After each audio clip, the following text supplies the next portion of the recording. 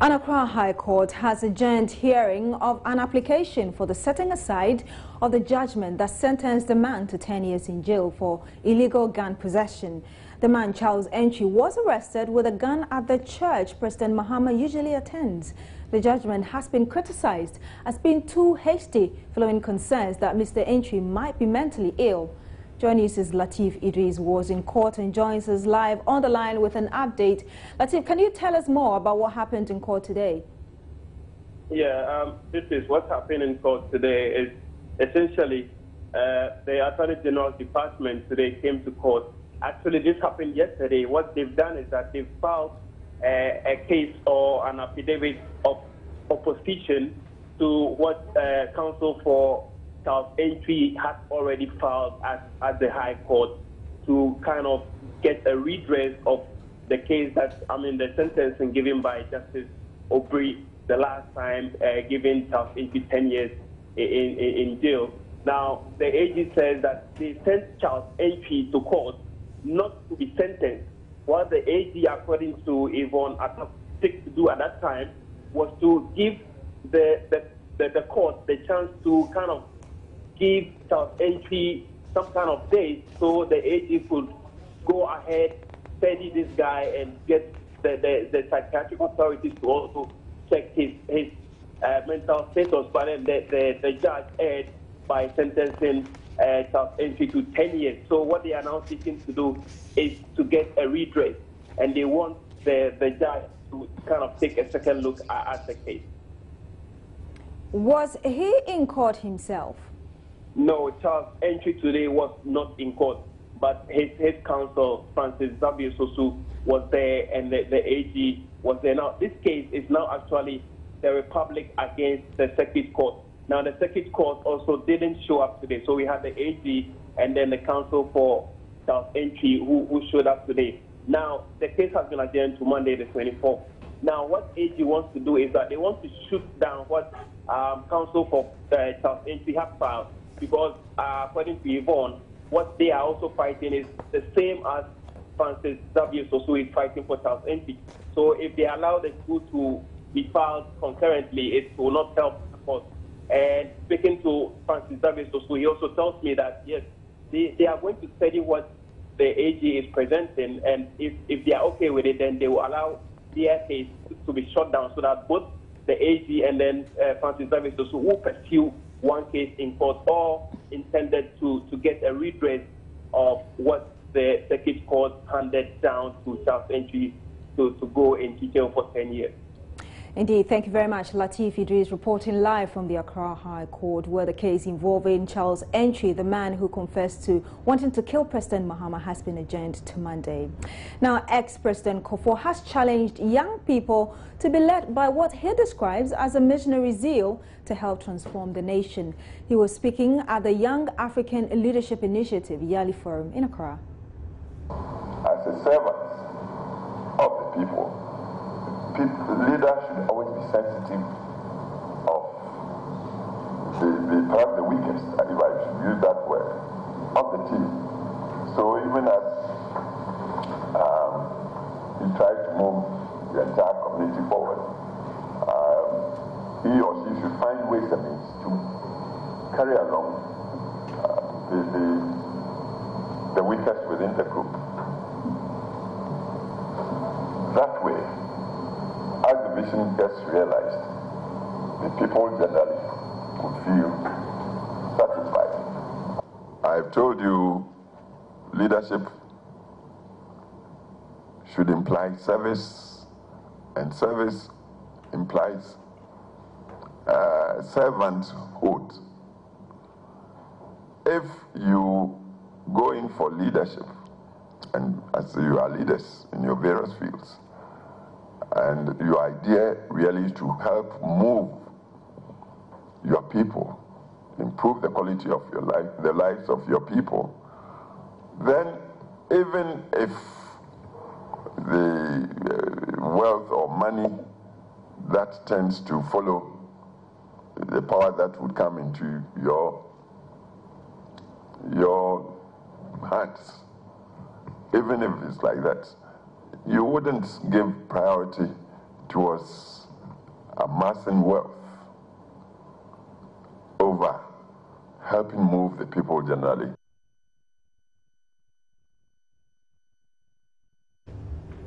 Now, family and colleagues are mourning the death of Ghanaian Times reporter Samuel Nyama. He passed away in an accident which occurred when the tire of the bus the 20 journalists were traveling on burst. Eyewitnesses say the car then somersaulted several times and landed in a ditch. Some of the survivors say the driver was speeding beyond approved limit. Fred Smith has been interacting with some of the survivors, and he'll be joining us shortly. We'll be getting an update from Fred Smith and our reporters also at the 37 Military Hospital regarding how the survivors are doing. We'll also be hearing some staff at the Ghanaian Times newspaper.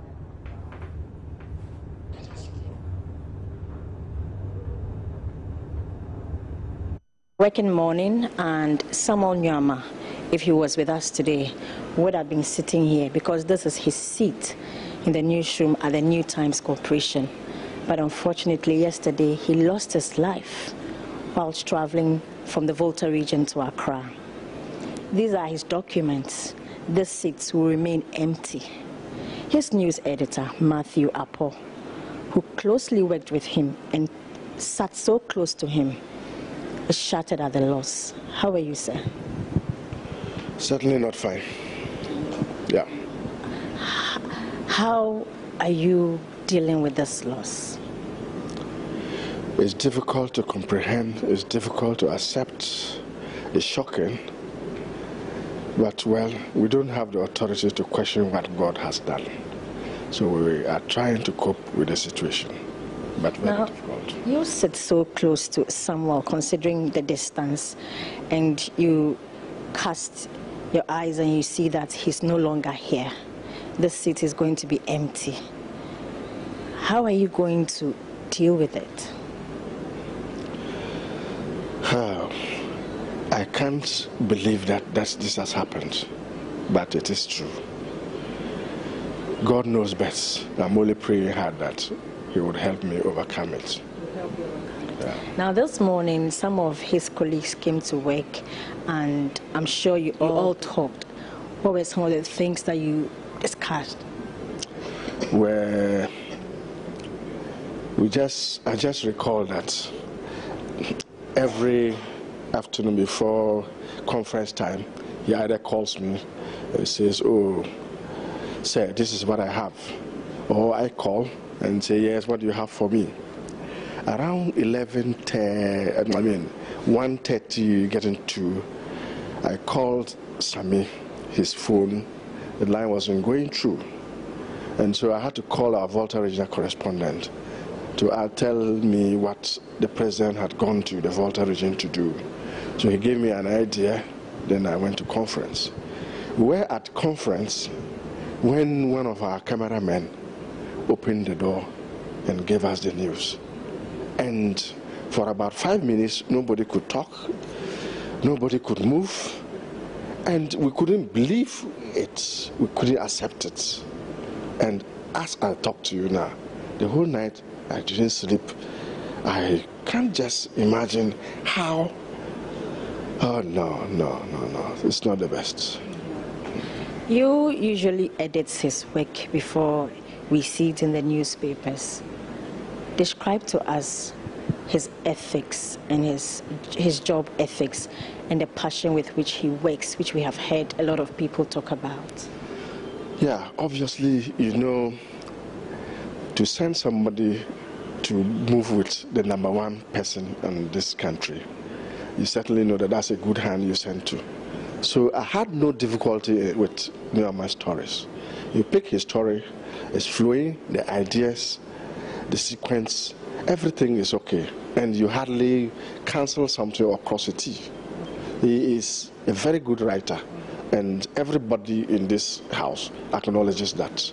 We've lost somebody, a very good hand, and I can't, for now, I don't know how we can replace him. I'm joined in the studio now by my colleague Gifty Ando-Apia, who herself is also a presidential correspondent. Gifty, how did this news come to you? Well, Beatrice, thank you very much for having me here. I heard it yesterday. I was doing the Pulse, this show that we do in our news analysis show in the afternoon. And so Martha walks into the studio and says, "There's breaking news," and then she says, we understand one Samuel Nyama is dead, and I said, no, that's not true. So I tried to give them some numbers so that we can call, but none of the numbers were going through. So yeah, so I was there, and then Martha went out and came back with a script, and then I realized it was getting serious. I mean, for me, it came to me as a shock. I was really sad, and I had to really hold myself.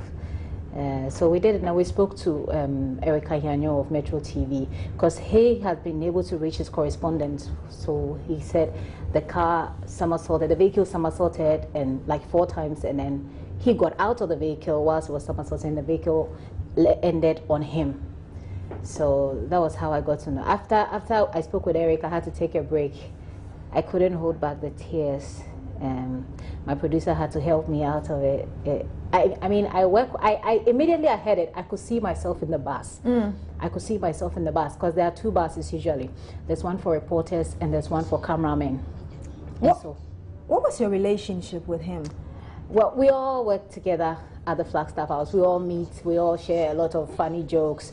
And Nyama is one of the very funny people who is always, he likes well-built women, if you like myself. His wife, he always says that his wife is like me, and so he's always like his wife is in US, so he's always like, "Gifty pa, when I see you, I miss my wife." Yes, and things like that, and we would always laugh. But the moment we finish every assignment, they are print with the print media, so they are always in a hurry to send their reports and all of that. We radio and TV are able to, call, and then we give you an info and all of that. But they have to send their script, and he's always writing, because we can listen and make sense, but they have to always put the things up because they need the details for the paper. And so. But briefly, Gifty, tell us, what has been your experience on the convoy? Because based on the information we are getting now, the driver was speeding beyond approved limits, and we also understand that the tires were not good enough. Well, I don't know. The bus that I've seen on TV, the bus that I've seen in the pictures, it's not the bus that I know we usually travel with. We usually travel with a Ford. There are 2 Fords, which are ash, and this one is wine and yellow. What I saw yesterday, it's not the bus that I know. Yesterday I went to the hospital myself to check on them. I met the driver, or who was pointed out to me as a driver. It's not the driver that I know we travel with. But driving in the convoy could be a bit scary, because it's, sometimes we have to keep the pace to be so that we don't lose out on the convoy. So we have to actually go drive at top speed, and you see it in traffic when the convoy is coming. You know that it's, I don't know at what speed limit they were going. And actually there's one driver that I used to when I heard the news, I thought he would be the one, because he likes to speed a lot, and he usually drives our vehicle, the reporter's vehicle. So when I heard it, I said, no, it's this driver. But yesterday when I went to the hospital, it wasn't him. This is somebody I don't know, and it's a bus I don't know either. We'll end it here. Thank you very much, Gifty, for sharing your experience with us. We can now hear the Managing Director of the New Times Corporation, Carol Annan, telling us about his side of this whole incident. It's a very, very difficult thing for a family. Exactly. And I've spoken to some of the reporters outside who, from Ghanaian Times specifically, who, as you said, are finding it difficult to grasp with the issue, let alone to even put down their stories. How are you going to effectively get them to come out of that so that they can pull through? It's what we can do is what we've started. It's a process, and we need to continue to do this, to give them the emotional support, because it's only time that heals pain. So it's something, we will go through the pain, and we will support them through the pain for as long as we need to support them through the pain. And what have you got to say about those in the hospitals? I saw some of them yesterday. It's very, very heartbreaking, but we have to trust in God, and we have to do what we can as human beings to protect them to the best of our ability. We will be visiting them and we will be supporting them as well, not because they are all in the same industry, and we need to support ourselves. I'm sure you've seen the vehicle that Samuel and his colleagues were in. Would you say you were disappointed to know this is the kind of vehicle they traveled in? I prefer not to say anything on that. Okay, your final words. We need to protect our journalists. What our journalists do is very important, because without them, we won't get information. But we also need to make sure that we take good care of them. As humanly possible as it is, we need to protect them and look after them. So we will continue to urge all of you, because you're a journalist as well, to continue to do what you do. But we will all make sure that we take at least the necessary safety precautions. Yes. Okay, finally, for Samuel, how will you fill the vacuum that he's left here at Ghanaian Times? It's too early to answer that question. Is there going to be any vigils? We will let the media know once we ourselves have composed ourselves emotionally and we've been able to think through the processes. Okay, thank you very much. You're welcome. Fred Smith is my colleague. He joins me in the studio. Fred, you have returned from the 37 military hospital where the injured journalists are receiving treatment. Tell us, what did you see when you went there? Well, it's a sad time for friends and family who are there to see those survived, who have sustained various degrees of injuries at the 37 military hospital. I could not see the Peace FM reporter who is in critical condition because doctors were taking care of him. I do understand that this morning he responded when the doctors called him, and so that's an improvement. There's also another journalist, Patrick Bida. He reports for the Enquirer newspaper. He was also in some critical condition yesterday. Today he's doing very well. He was able to speak to me. And he explains how the whole incident happened. And as I saw him, I saw there was a deep cut right through on his upper lip, all the way down here to his chin, and it had been stitched. He could hardly speak, but he managed to say a few words, and he's also thankful to God that he survived. I spoke to one reporter from TV Africa, another one from GBC Radio. They are also thankful. In fact, the females were doing very well. Their families and their colleagues from GBC and TV Africa were there. They prayed for them, and they were very happy that the president also paid a visit to them yesterday. The information we have is that the president has promised that the state will take care of the medical bills for all of these. But the very important one that came up, I chanced upon police investigators asking some of the injured to narrate, especially those who could speak, to narrate what happened as they were traveling back to Accra. And Napoleon Atokito, he has a cut on his forehead, but he could speak, was very strong. And he told the policeman in my presence that the driver was speeding beyond acceptable limits. He was not comfortable with that, and they had two close shaves before this particular incident, and according to him, they cautioned the driver twice, but they were still speeding. And that's the account they've given to the police, Beatrice. It's a very sad time. Was the president there at the time you got there? No, the president visited yesterday, last night, and he's coming back, I understand, today.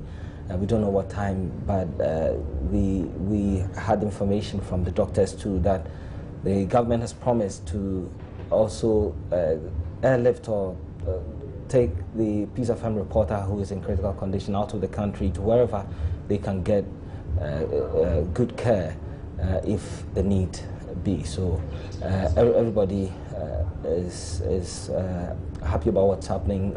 Even though they are sad about the situation, they're happy that at least there's improvement in their conditions. Now, briefly, Fred, did they tell you the state of the car?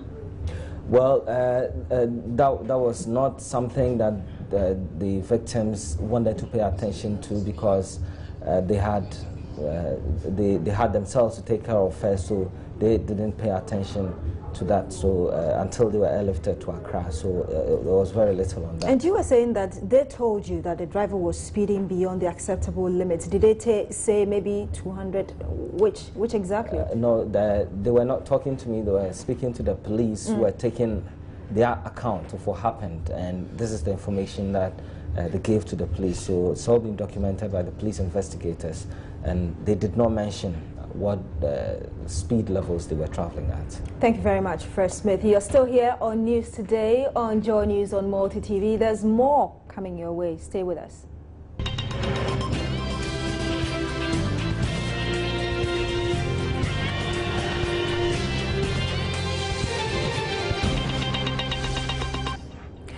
Welcome back. The Inter-Party Advisory Committee, IPAG, of the Electoral Commission is set to hold a crunch meeting today.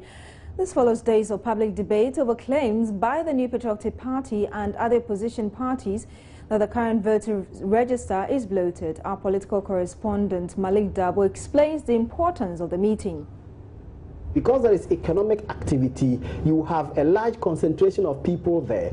If electoral registration were to take place, all these people would register in those areas. For him, this accounts for the situation where you have voter numbers in some constituencies going up beyond a certain threshold set by the MPP. But these matters will be discussed at a round table by all the parties. I believe the smaller parties will be present, and they will look at the merits of the case and determine whether there is some sense in dealing with them and having a clean register. Yeah, we understand. We know that these issues have gone before the EC before and they've been thrown out. So what should we expect? At the time that the MPP brought the issues before the EC, it did not have the evidence that it has produced. If the evidence it produced is credible and it can be proven that a larger majority of the people that they listed as 76,000 are indeed Togolese and not Ghanaians, those people have no right to be on the register. The MPP didn't have this evidence when they presented their case before the Electoral Commission.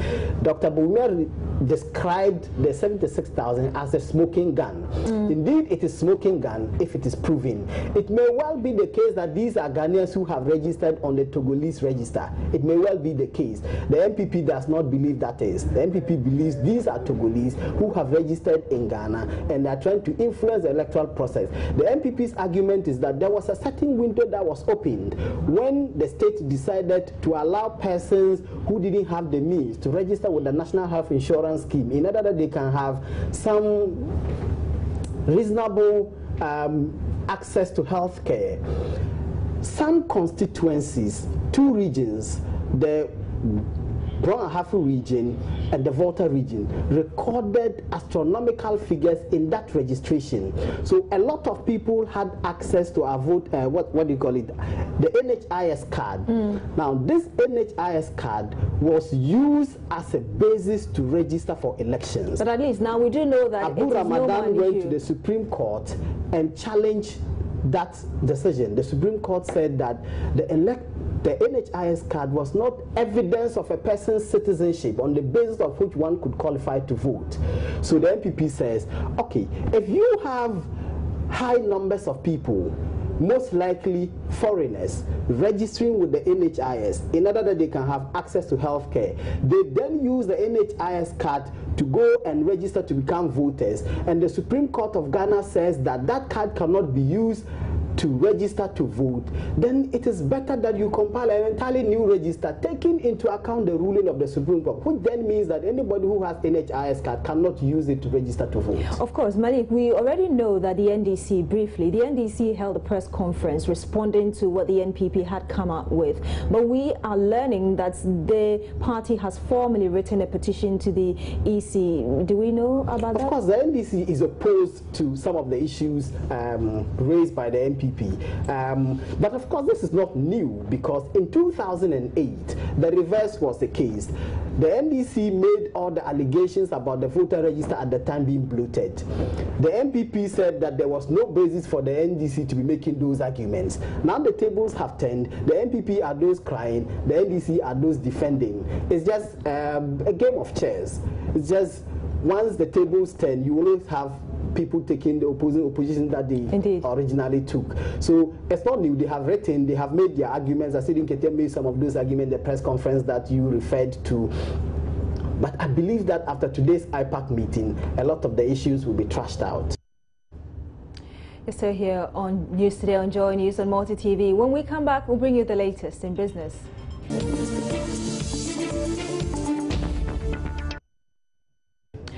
The 2013-2014 edition of the Ghana Club 100 Award is set to be held on October 25. The event, put together by the Ghana Investment Promotion Center, has become the reference point for accessing corporate excellence. Chief Executive of the Center tells Joy Business they are introducing some new measures that will attract more companies. View as we continue to celebrate excellence in specific sectors and ensure that there's more transparency and equity in the way we showcase the various players in the various sectors. We're also demonstrating that, in fact, there's a lot of innovation, there's a lot of entrepreneurship, and an equal focus on what is happening in the domestic space as well as what is happening in the international space to support development. If I ask this, so what should we expect this year? Any new thing, any different thing this year when it comes to the Ghana Club 100? Well, I mean, new in the sense that we've taken on some of the feedback that we've gotten over the last 18 to 24 months from Ghana Club 100 members through our quarterly CEOs breakfast meetings about things they would like to see change or be more innovative in executing the event. So, for instance, we have a new partner who's involved in the ranking, that is EY. They have both a domestic as well as an international reputation that's very highly respected. There is also some feedback in terms of the quality of the experience. So there are certain sectors that perhaps had not been highlighted as much before. We'll be rewarding corporate excellence in agriculture and agro-processing, in manufacturing, and a couple of other sectors to make sure that we're cutting across the health sector, for instance, and education sector. There are people who are making major investments. There are calls for tax reliefs and exemptions to be granted in the 2016 budget for small and other businesses in Ghana. Many startups fold within the first few years of operating. Business owners would like to have some levies on petroleum products scrapped. Well, the Finance Ministry has begun taking submissions from various professional bodies and interest groups for the 2016 budget. Managing Director of the Ghana Stock Exchange, Kufuor, believes that these exemptions are imperative for the growth of small businesses. Number one, when you talk about SMEs, the exchange has gone to a great length in terms of bringing SMEs to the market. We have seen recently the huge interest that has been shown, i.e. Samba, Hot, and so forth. Going around prospecting for this company, one point that comes across is that wouldn't want you to increase the benefits to attract these companies onto the market. And one benefit essentially is tax. They know that when you come to the market, there's a 3% rebate for the first 3 years, but they don't consider that to be enough. So why don't you deepen it so that it can serve as an attraction for, because we have learned from empirical evidence that when companies come to the market, they are much more transparent. And if they are much more transparent, their books are open. So the tax that you actually derive from them is easily accessible. I mean, you can predict in terms of the pattern. If they are not listed, it's not that so much a clear case of predictability. So the point is, deepen the incentives, draw these companies to the market, and if they become much more transparent because the discipline of the market forces them to do so, then you may end up getting better or higher tax. In another development, President of the Association of Road Contractors, Ebo Hatton, is calling for an increase in road tolls and levies. This adage that a stitch in time saves 9. It is so manifest in our sector. Imagine a pothole starts developing on a newly constructed road. The moment you come to patch it, then it's okay.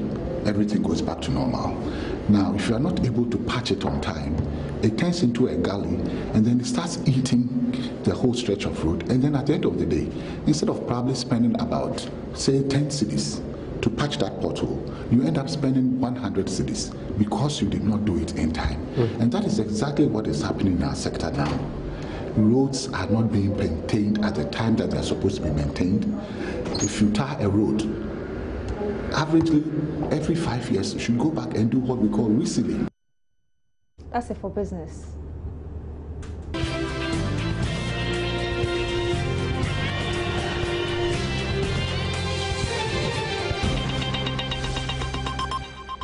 Now let's return to our earlier story, the sad story about the Ghanaian Times reporter Samuel Nyama, who died yesterday. Hannah Odame is in his home.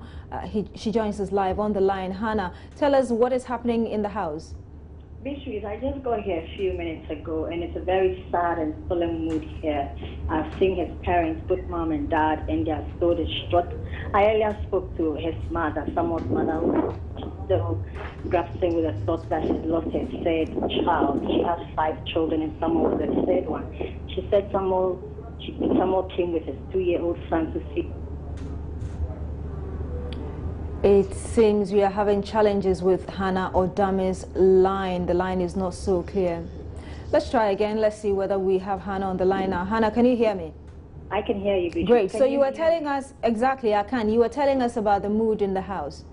Exactly. I was saying that the mother of Samuel told me how distraught she was as a result of the death of her third child.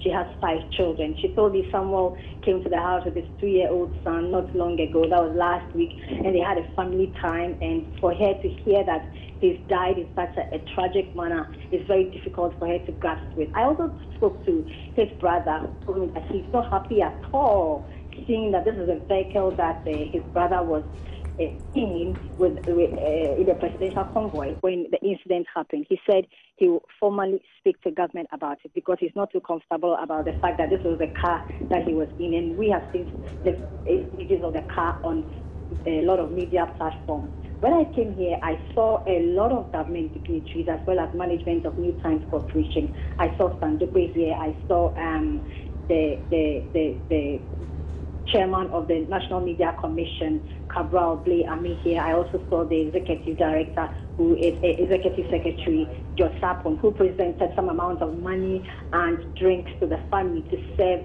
a lot of the visitors that will be coming to this house from today. I saw Kenashibe also here, and a lot of them, they all came to sympathize with the family, console them, and as of now, discussion ongoing is when they will celebrate, when they will have the 1-week celebration, how, and all of that. So those are the discussions going on in the house. But I must say that it's a very, very, very difficult moment. The neighborhood is very quiet. People are passing by, looking through the house, through the gates to see whether they'll be able to catch a glimpse of mom and dad. But they are holding on for now. Thank you very much, Hannah Odame.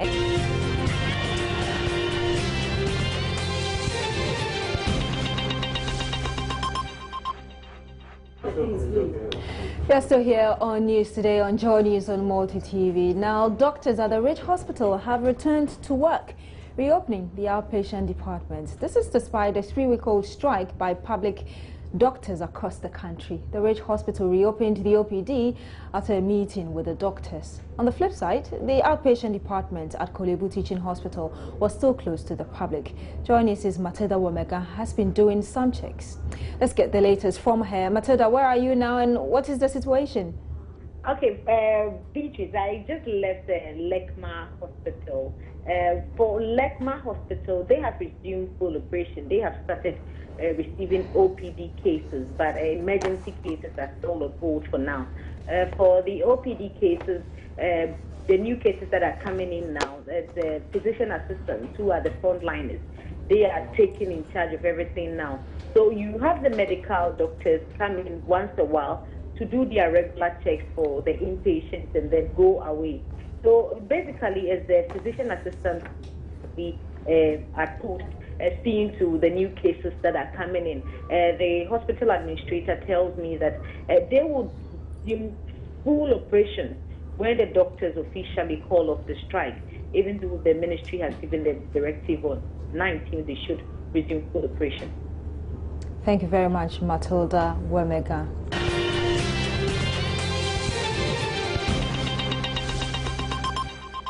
And that's all in News Today on Joy News on Multi TV. My name is Beatrice. I do remember to log on to myjoyonline.com for more news. Good afternoon.